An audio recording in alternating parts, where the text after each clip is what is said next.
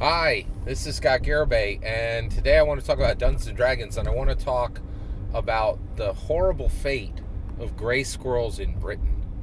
All right, today, the horrible fate of gray squirrels in Britain today. So, I, the, in 1974, Dungeons and Dragons comes forward, and it allows every single human being to look at human narrative in a new way, right? So, the old days were like, oh, let's wait for some author to scroll a bunch of ideas on the page, and then it comes to us and we read them, right? And Dungeons and Dragons says no. It says human narrative has a new future. The artist, right? The dungeon master. The experiencer, the Dungeons and Dragons player. Fate itself, the dice. It says the stories we tell must be explorations of our own human state, right?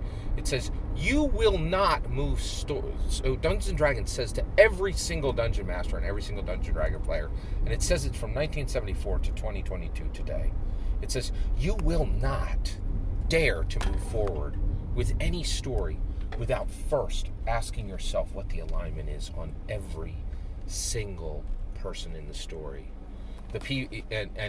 And you have what looks like a traditional author, right, the dungeon master, putting forward elements, being interrupted by the experiencer, right, what would normally be the reader in a story, putting in player characters who are central to the story. All the non-player characters, all the player characters, we must know their alignment. Like Dungeons & Dragons says to the world, you do not dare to move forward with a story going forward. Anytime in the future, when you make a story, right, you must know the morality of every single person in that story, right? Even the creatures, right? Like, and then it says, and you will be interrupted, both the experiencer and the dungeon master, by fate. Your decisions are no longer unquestioned, right?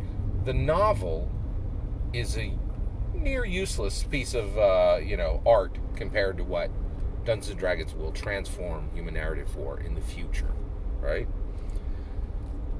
So this question of morality is there for every single person creating stories in Dungeons and Dragons, right?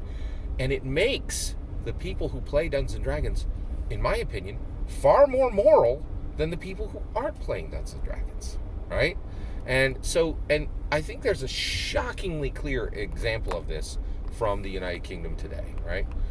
So every single Dungeons and Dragons dungeon master and Dungeons and Dragons player worth their salt has already had this question that the UK politicians and the UK people are putting to themselves right now and have an absolutely horrific answer that comes out of a horror film, right? Like, it's just the way they're treating squirrels in the United Kingdom is abominable. It is unthinkable, and in my opinion, frankly, immoral, right? And now I have sympathy for them, because the reality is the vast majority of their lawmakers are not deep in the weeds Dungeons and Dragons players. I don't even think, like, I would bet 10 to 20% of all the lawmakers in Britain are Dungeons and Dragons players, right? Or dungeon masters. So they arrive in these immoral places that Dungeons and Dragons would have stopped. Okay?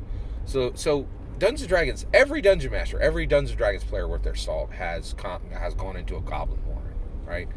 And there's question. They're like, these goblins are going to go down to that village and they're going to eat all the cows. And one day, these goblins, because they're elements of chaos, whether by accident or on purpose, just because they are having a bad day, they're going to kill a woodcutter, right, from that village, right? And so this goblin warren needs to be handled, right? And so every dungeon master and every dungeon player is then faced with this question of, how do we deal with these goblins, right? Do we kill them, right? Do we clear out the goblin warren? Or do we do something else to them with magic, right?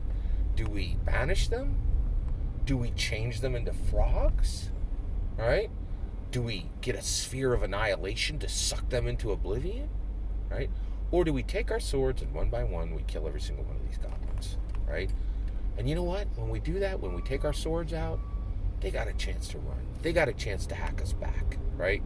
We play it even, right? these goblins can pick up their rusty daggers and they can try to fight against us, right? But we give them the dignity of fighting for their own lives. And we pay the 10-pint price. We make sure we're willing to pay the 10-pint price to handle these goblins. All right.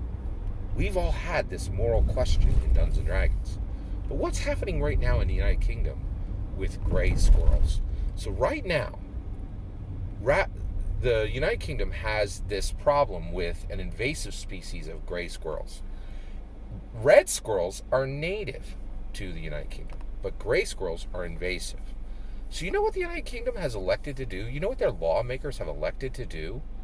They are now using contraceptives to make sure that the gray squirrels cannot breed. This is horrific. And it is immoral, in my opinion. And it is far worse than killing them, right? In my state, right, we have, in Pennsylvania, we have deer. We have deer like crazy. They're all over, right? And they're incredibly dangerous because they breed a lot and they're all over, right?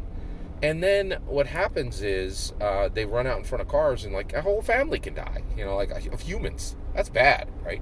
So you know what we do? We cull them, right? They send out hunters and they kill large amounts of deer every year. This happens every single year in Pennsylvania, right? But what we don't do is we're like, hey, you deer over there, we're humans, you're deer, we're going to stop you from breeding. Like, that is fundamentally repugnant, right? Like, and with these squirrels, right?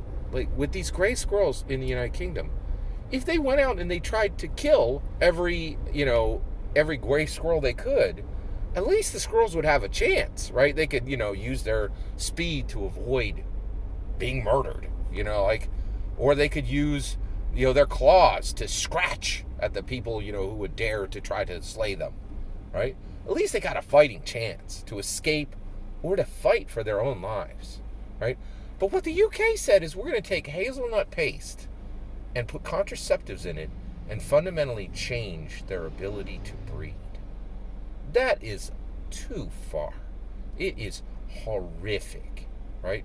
You should never fundamentally change a thing, right? You shouldn't take some powerful ability to have, and our ability to have children is one of the most powerful things of beings. Like, we can echo ourselves. We can say, hey, here is a new person. They can repeat everything I did, or they can choose everything different, right? It is fundamental to our nature as living beings, right? When we procreate, we are creating new life, right? And we, not the human species, but the lawmakers of the United Kingdom are saying, we deny you the right to ever create a new you. That is horrific. That belongs only in a horror film, right? Like, that is just abominably immoral, right? Give them a chance, right? If you want these creatures out of your nation, go kill them, right? Give them a chance to escape. Give them a chance to fight for their lives. Put it on equal footing, or at least remotely equal footing, right? Don't, say, we're going to feed you, which looks like an act of kindness, but is actually far more cruel than murdering you. It is a base, immoral act for any living being to fundamentally change the nature of another living being. That is horrific. And if the lawmakers of the United Kingdom, if the majority of them were Dungeons and Dragons players and dungeon masters, they would know this because they would have already dealt with this question in the Goblin Warren, right? And Dungeons and Dragons takes all of us to base questions of philosophy and morality and truth and kindness and cruelty, right? And so the United Kingdom fails because their lawmakers are not dungeon masters and are not Dungeons and Dragons players. And any dungeon master or Dungeons and Dragons player worth their salt would have already answered this question and said, if there's a living being in one space and another living being in another space, everybody there needs a chance to fight for their right to exist, right? And no one can extend kindness, right? Can make an action that looks like an extension of kindness, which is absolutely the most base, monstrous thing you could do. Changing the very nature of the thing and taking something that was given to them, the ability to procreate, and fundamentally shifting it and warping them and making them something lesser. Saying, we will keep you here and we will make sure we will make your life a living nightmare free of children. And we will take the future of the species from you with no ability. And you will never even fight. You will lick up our warping of who and what you are with your tongue. It is repugnant and immoral. And even a single game of Dungeons and Dragons would have shown any UK lawmaker the repugnance and the immorality of what they're doing to these poor squirrels. The world desperately needs the wisdom of Dungeons and Dragons. The United Kingdom is proof of it. That's my opinion. What's yours? Let me know in the comments below. Please consider subscribing and have a wonderful millennium.